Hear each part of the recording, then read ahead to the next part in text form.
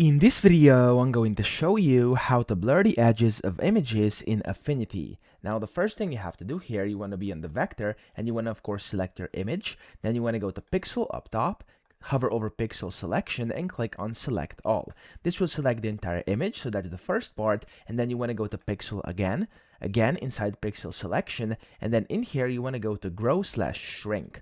Click on that, and what this will do, it will basically give you the ability to shrink your selection. So if I go to the left here, it's going to keep bringing it in like this. There we go. Let's say that's okay. Of course, it's up to you, whatever you want to do. I'm going to leave it like this. Click on Apply.